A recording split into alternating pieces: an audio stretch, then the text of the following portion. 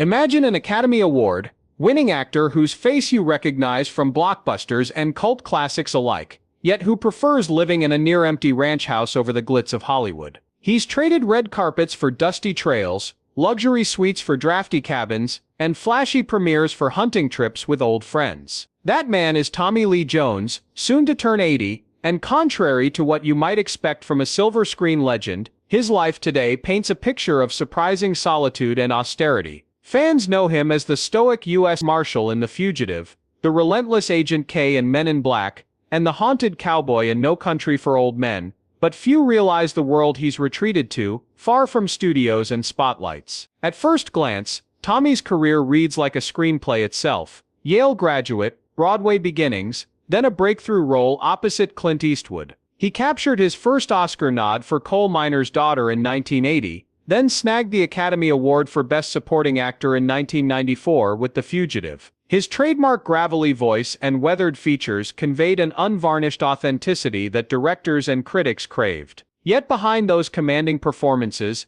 lay a fiercely private man who guarded his personal life like a treasured script locked away in a vault. Today, Tommy Lee Jones owns a sprawling cattle ranch in San Saba County, Texas, nearly 3 hours west of Austin. The main house dates to the 1930s, its wide porch sagging under years of sun and seasonal storms. Inside, the decor is sparse: a patched-up sofa in the living room, an old piano gathering dust, and a single framed photo of his daughter Cecilia, the only family portrait on the walls. There's no grand piano, no fine art collection, just a handful of well-worn hunting rifles mounted above the fireplace and a stack of dog-eared Western novels. Word in local bars is that he pays for his property taxes in cash, delivered once a year in envelopes, refusing to let accountants or aides handle the transaction. Evenings on the ranch follow a minimalist ritual. After sunset, Tommy lights a lone lantern and sits on the porch, sipping black coffee from a chipped mug as coyotes call in the distance. Dinner is whatever's ready on the stove,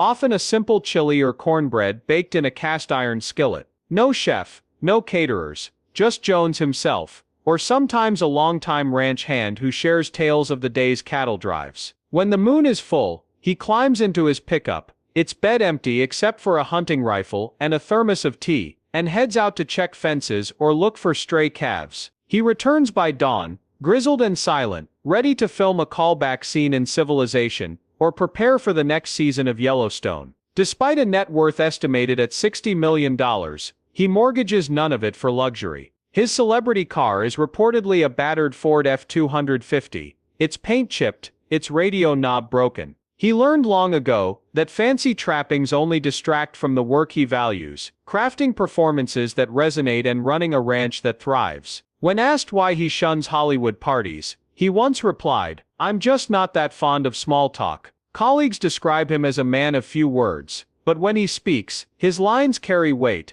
whether on screen or over the dinner table in a weather-beaten cabin.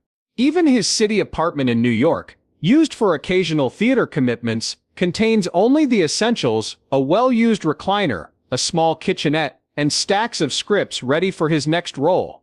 No designer furniture, no sprawling walk-in closets, just a place to rest between flights. His preference for solitude extends to technology. He carries a flip phone with no internet, no social media, and no texting apps. Friends joke that he still uses snail mail and makes weekly library trips for research, poring over history books long after most actors rely on quick online searches. Somewhere between his Oscar acceptance speeches and private ranch excursions, Tommy Lee Jones has mastered the art of living under the radar. Paparazzi capture his silhouette against a Texas sunset, but he greets them with a curt nod before disappearing behind a closed door. Studios respect his privacy, scripting no interviews without his approval. And yet, for all his reclusiveness, fans remain fascinated. They see a paradox: a superstar who bare-bones his life, who shuns indulgence in favor of raw, unfiltered existence. In the next section, we'll delve into his upbringing, how a childhood split between Texas oil fields and Massachusetts prep schools shaped his relentless work ethic and his disdain for pretense. We'll explore the moments that drove him from the stage to cattle drives, the roles he accepted only out of principle, and the silent vows he made to himself about wealth and comfort. Stick around, because the real story behind Tommy Lee Jones's austere lifestyle is as compelling as any cinematic character he's ever portrayed.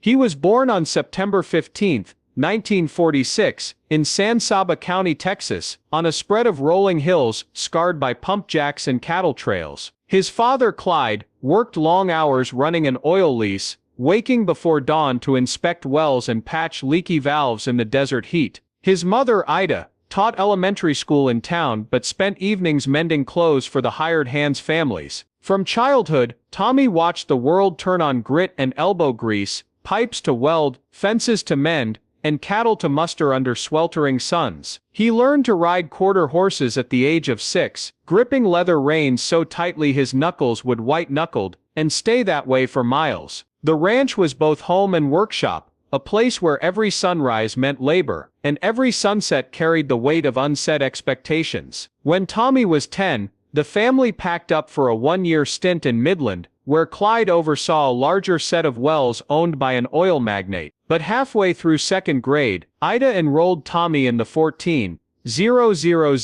student public schools of Midland, and by Christmas, he was tutoring classmates to catch up. He developed an early reputation as a natural problem solver, calculus homework one week, mending a rusted fence gate the next. Yet he also felt a deep divide between the dusty ranch hands who tipped their hats in respect and the polished teachers who spoke of futures that felt out of reach. It was the first taste of two worlds colliding, the raw, honest toil of Texas land, and the ivory tower promise of academic advancement. That contrast became more acute when, at age 12, his mother accepted a teaching fellowship at a Massachusetts prep school, sending Tommy and his older sister to live on East Coast lawns, framed by picket fences and maples in full bloom. He enrolled at St. Mark's, a school where tailoring your blazer and quoting Chaucer mattered more than knowing how to drive a tractor. For the first time, he carried textbooks thicker than his saddlebags, learned to address teachers as sir and madam, and hummed the tune of a world far removed from oil rigs and cattle drives. He dated a girl whose family summered in Martha's Vineyard, and found himself sipping iced tea in parlors with pressed linens. He mastered Latin declensions but didn't know how to start a diesel engine. That friction, being an outsider in two places, etched into him a disdain for pretense, and a hunger for authenticity.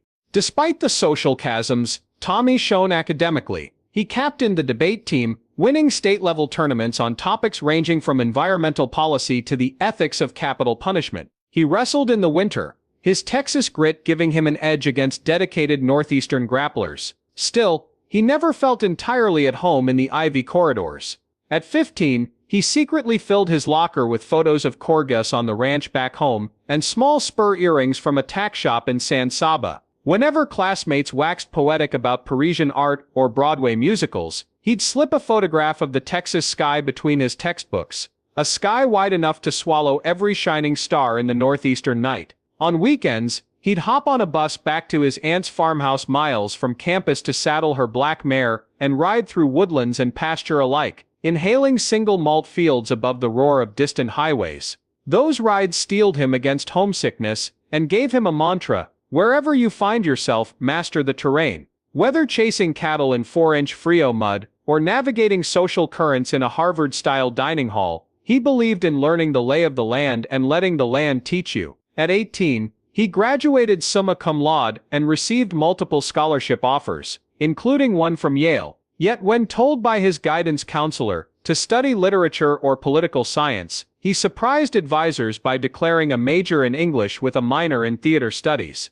By his own count, the stage offered a chance to inhabit other lives, to tell stories that echoed human truths he first witnessed under Texas moons. His acceptance to Yale meant a stark change from two-story barns to Georgian brick, from pickup trucks to Oxford clubs. But even in New Haven, he found himself drawn to horse stables on the outskirts, volunteering to muck stalls in exchange for rides on retired polo ponies. College towns buzzed with lecture series and poetry readings, but Tommy's soul still resonated with the rhythmic pulse of hoofbeats on dirt tracks. There, he encountered mentors who saw his untapped potential beyond the ranch, a theater professor who urged him to audition for Eugene O'Neill plays, a visiting artist who taught him that silence on stage could be more powerful than any soliloquy. He balanced Shakespearean tragedies with weekends riding hunt clubs, framing each opposing force as lesson the power of stillness in a monologue or the calculated patience needed when herding yearling steers. By graduation, he'd mastered both worlds, reading Proust by day and fencing with sabers borrowed from the drama department by night.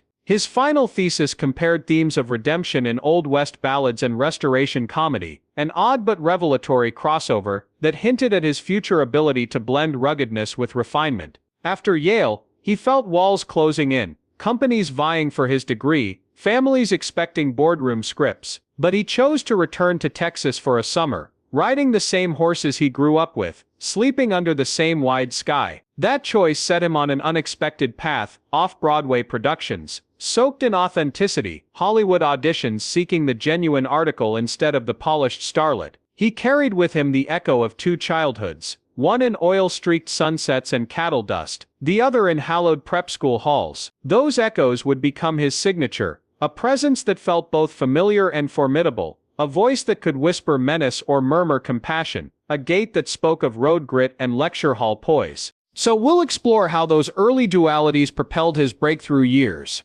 how he turned solemn ranch manners into commanding screen presence, his first Oscar nomination in 1980, and the personal vows he made to preserve privacy even as fame knocked insistently at his door. Tommy's leap from Yale stages to professional theater came almost by accident. A visiting director spotted him in a campus production of O'Neill's Long Day's Journey into Night and urged him to audition for an off-Broadway drama festival in Manhattan. He arrived with 2 suitcases, a battered cowboy hat he refused to discard, and an intensity that rivaled seasoned New Yorkers. In a dimly lit rehearsal hall, he delivered a monologue from Eugene O'Neill with such raw power that the room fell silent. Producers offered him a contract on the spot, and within weeks the name Tommy Lee Jones was crawling across marquees in Soho. Critics praised his ability to fuse Texan earthiness with intellectual depth, his pauses as meaningful as his lines, his gaze carrying the weight of unspoken backstory. It wasn't long before Hollywood came calling.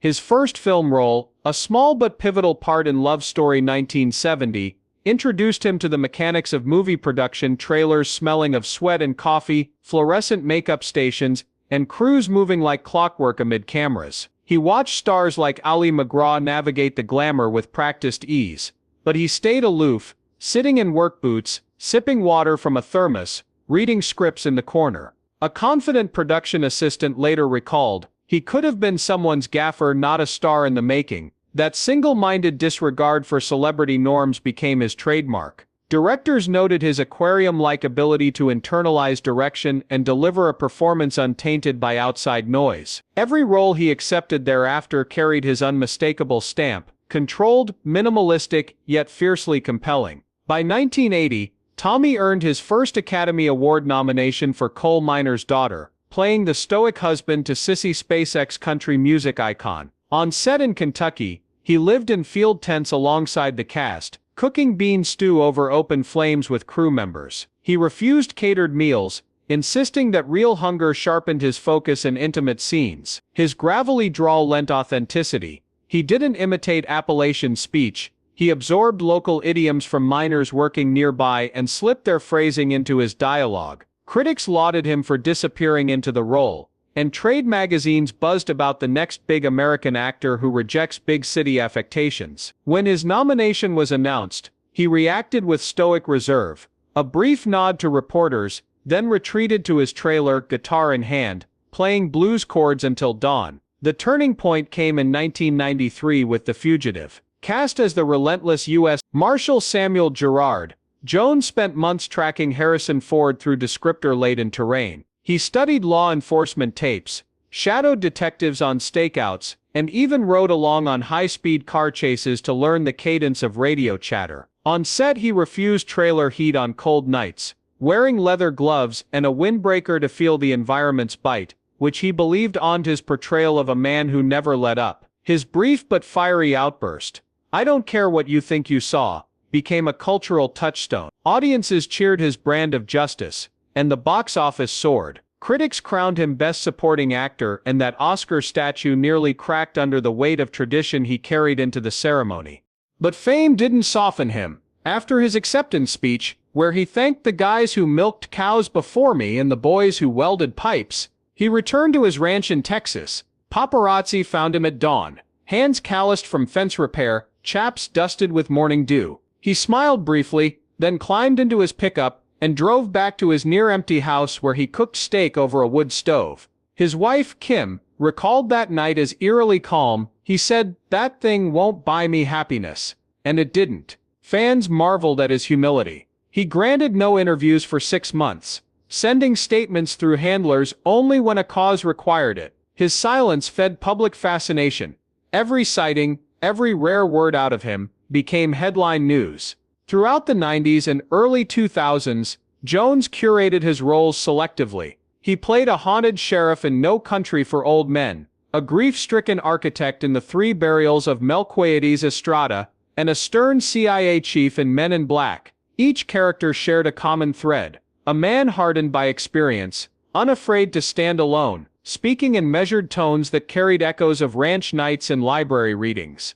Directors praised his professionalism, arriving on time, learning blocking within minutes, and demanding minimal takes because truth can't be faked more than once. Co-stars said his mere presence elevated ensemble scenes, lending them a cinematic gravity few actors could achieve. He became the go-to choice for roles requiring quiet authority and emotional depth. Yet for all his screen success, his personal life remained off-limits. He granted no access to family photographs, no social media posts, and no open invitations to his Texas retreat. When asked if he ever regretted the isolation, he said, "I'll talk to a horse before I talk to a stranger about my feelings."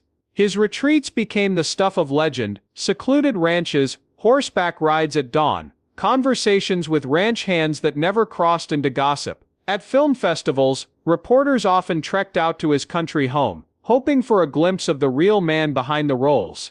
Instead they found locked gates, dogs barking, and the faint echo of CinemaScope performances riding on distant wind. His unwavering commitment to privacy fueled endless speculation. Did he regret turning down blockbuster paychecks for westerns, or decline glossy endorsements in favor of authenticity? Rumors of secret art collections and hidden bank accounts swirled, but he never confirmed or denied them. Instead, he continued to speak in the universal language of work: rehearsal schedules, stunt coordination, script pages. When a co-star mentioned downtime, Jones replied, "If there's time to rest, there's time to improve." That ethos resonated with fans who saw in him a reflection of their own grind, respectful of roots, devoted to craft, and indifferent to easy comforts. From the mid-2000s onward, Tommy Lee Jones's filmography became a testament to his selective approach. He appeared in Men in Black, channeling a gruff authority as Agent K, who balances deadpan humor with unflappable resolve. On set, he treated every scene as a negotiation between spoken lines and meaningful silences, delivering witty one-liners with a flicker of absent-minded irritation that audiences adored. Around the same time, he took the lead in Three Burials of Melquiades Estrada, a passion project he directed and co-wrote to honor his affinity for southwestern landscapes and bleak, lyrical storytelling. He filmed in Coahuila, Mexico, living in a decrepit farmhouse without air conditioning or running water, cooking beans over an open fire with local laborers who became cast members. That level of immersion reinforced his reputation. Jones didn't just play roles, he inhabited them physically and spiritually. In No Country for Old Men, Tommy portrayed Sheriff Ed Tom Bell, a weary lawman grappling with a world growing more violent than he can comprehend. The Coen brothers filmed him in dimly lit trailers and cracked backroad motels, capturing the raw fatigue in his posture and the haunted depth in his eyes. He avoided makeup, claiming it distracted him from the authenticity of exhaustion, and requested to rehearse scenes at actual crime scene sets to absorb the solemn hush that follows violence. His nomination for Best Actor was inevitable, yet he skipped the ceremony, attending instead a neighbor's cattle auction back in San Saba County. His absence became part of the Jones mystique, so committed to the work and community that he would sacrifice red carpet accolades for real-life connections. Off-screen, his San Saba ranch matured from an inherited spread to a near-legendary haven of austerity and hard labor. The main house, built in the 1930s, remained unrenovated. Its floors creaked, its windows rattled, and its pipes rusted. He lived in two modest bedrooms, one for sleeping, the other for his improbably large film library of westerns and noir classics, each tape or DVD stored in wooden crates on pallets. His dining table was a reclaimed oil drum lid set atop hay bales, and he ate each meal with an heirloom set of silverware passed down through generations of Clyde Jones's cattle ranchers. At dusk, he sipped black coffee on the porch, joined by 3 rescued hounds, a practice he adopted after billing pals from Men in Black gifted him a puppy on set. The dogs became his constant companions in the solitude he prized, patrolling fence lines with a vigilance that mirrored his own. Despite a net worth estimated around $60 million, Tommy refused the trappings of celebrity wealth. He drove a battered Ford F-250, with a cab dented from years of ranch work, and a radio that only played classic country stations. A single-mounted pistol hung beside the driver's seat, not for show but because he carried it on every late-night ranch round. When grant money arrived for historic barn preservation, he declined it, insisting the structure's cracked beams told his family's story more truthfully than any polished restoration could. Local artisans who volunteered to mend broken floorboards were paid only in home-canned salsa and fresh eggs from his hens. That modest generosity underscored his ethos. Community support and tangible interchange outweighed monetary charity. In between blockbuster and indie releases, Jones carved out time for clandestine side projects. He produced a short documentary on heirloom sorghum farming, interviewing neighbors who used century-old press mills to harvest syrup. He funded a regional theater troupe in Lanao County, covering venue rental costs and offering backstage meals cooked in his own kitchen. He refused on-camera credit for these efforts, preferring to slip away before applause and let neighbors speak his name in conversations at local diners. When offered a star on the Hollywood Walk of Fame, he asked the committee to redirect funds toward a veterans' trauma healing farm instead of building another permanent brass disc. His city apartment in Manhattan, reserved for occasional theater stints, was equally Spartan. It comprised a living room with a single leather armchair, a bed tucked into a loft alcove, and a kitchenette with no dishwasher, just a porcelain sink and mismatched cast-iron pans. He kept a rotary phone for calls, a metal flashlight for power outages, and a typewriter in the corner for jotting character notes. He cooked simple meals of rice and beans, or reheated leftovers, refusing any delivery service or private chef. Even the minimal utility bills he paid directly each month in cash at the local post office, shunning automated systems and accountants' fees. As he approached 80, his daily routine became a carefully balanced ritual of solitude and community interaction. He rose before dawn, strapped on a belt holster for his Colt .45, and patrolled 20 miles of fence line before breakfast. At sunrise he returned to the ranch house for coffee, reading the New York Times' letters to the editor by candlelight on dark winter mornings. He spent midday filming on location or reviewing scripts for select roles, always ones that felt meaningful rather than marquee-grabbing. Evening meals were shared with a cadre of ranch hands and occasional film crew members who respected his blend of candor and reticence. He preferred conversation about weather patterns and soil horizons over celebrity gossip or awards season speculation. Yet beneath that routine lay an undercurrent of solitude that even years of ranch camaraderie could not wash away. He rarely traveled without his 3 hounds and a steel case containing shotgun shells, binoculars, and a dog whistle. He seldom answered his own phone, and when he did, he kept calls under 3 minutes. Fans who encountered him on the county roads reported a curt nod and a steady gaze, as though he measured every interaction for sincerity and brevity. That practice extended to his correspondence. Fan mail was answered with handwritten postcards featuring a simple line, "Thanks for watching," and a stamped rendition of his ranch brand. Now, as Tommy Lee Jones nears his 8th decade, his life illustrates a profound dichotomy. A global star who inhabits some of the most iconic characters in American cinema, and yet a man who prefers claim jumping through cattle pastures and repairing corroded fencing over the glow of studio lights. His days end not with glossy after parties,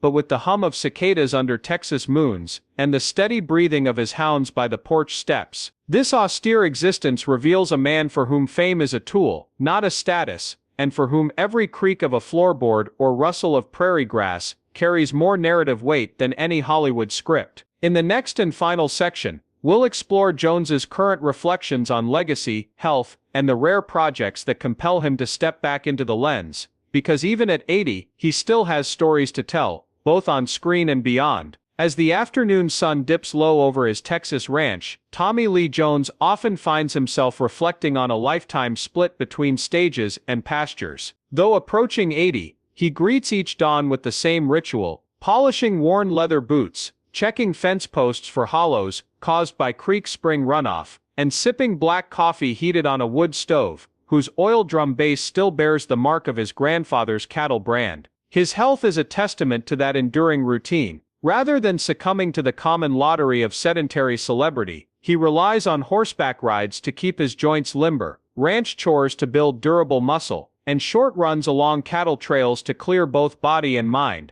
Even now, the choices he makes reflect decades of deliberate restraint rather than boundless ambition. In recent years, he has accepted only those scripts that resonate with his personal values. A terse Western shot in New Mexico that required him to ride 20 miles across mesas daily, a streaming miniseries about World War I letters that he insisted be filmed on location in French trenches, and a cameo in an upcoming independent drama exploring rural isolation, shot in his own San Saba barn after he drafted the initial scene himself. He turns down blockbuster sequels that fail to offer authentic depth, knowing that each role he declines preserves the integrity of his on-screen legacy. Beyond his own career, Jones has become a revered mentor to younger actors, often offering guidance in the quietest of moments. In between scenes on Western shoots, he invites emerging talent to join him for lessons in horseback riding and marksmanship, teaching them not just how to ride the range, but how to inhabit a character's moral landscape with authenticity. On stages at acting workshops he hosts under a rented canvas tent, he emphasizes economy of words and the power of silence,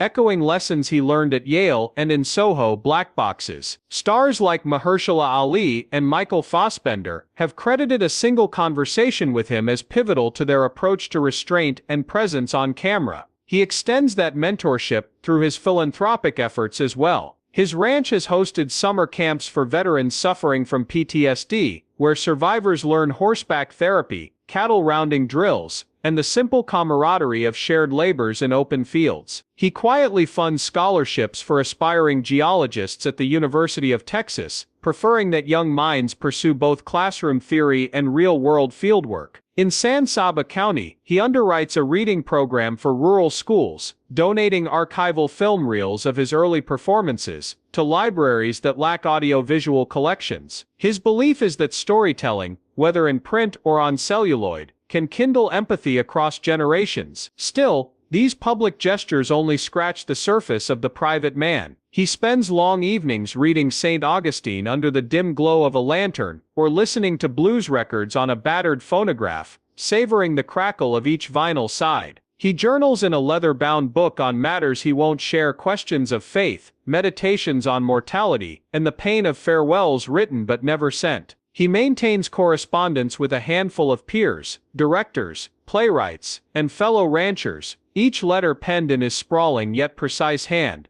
Their exchanges cover topics as varied as cattle genetics and Beckettian absurdity. In the rare instances he steps back into the spotlight, it is for projects that align with his core stories of flawed men, seeking redemption, or communities tested by hardship. His recent collaboration with a documentarian on a series about aging war correspondents saw him narrate in a grainy studio that reeked of patchouli incense, using only a single microphone and a looped reel of rustling pages to capture the mournful tone he required. When offered higher pay rates for glossy narrations, he declined unless he could record in near silence, believing that any competitive sleight of sound betrayed the material's honesty. Ultimately, Tommy Lee Jones hopes to be remembered, not for awards or box office numbers, but for the authenticity he brought to each role and each sunrise on the ranch.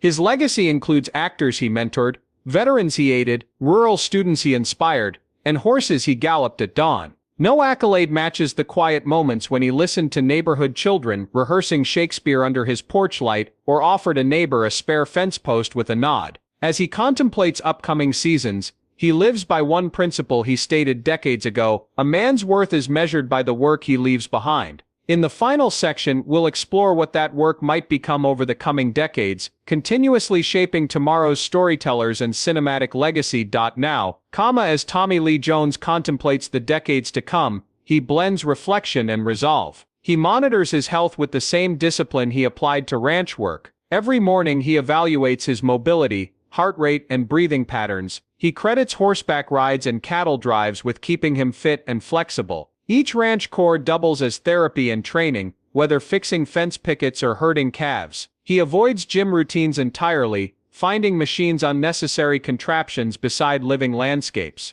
In personal interviews, he hints at his mortality with gentle humor and frank honesty. He refuses to lament age, seeing each wrinkle and creak as earned testimony. "I know I'm closer to 70 than 50, he once joked, but I feel stronger than ever." His choice of future film roles remains guided by personal conviction rather than financial gain. Scripts that explore human resilience, moral complexity, or authentic landscapes draw his interest. He recently agreed to star in a limited series about a veteran reconnecting with his homeland. Filming will take place entirely on location in rural Nebraska, far from studio sets. That project resonates with his love for quiet communities and vast open plains. On the written page, he develops a memoir, capturing moments rarely shared before. He writes by hand late at night under lamplight and solitude. The manuscript blends ranch anecdotes, acting reflections, and philosophical musings on time. Passages describe the creak of vintage boards,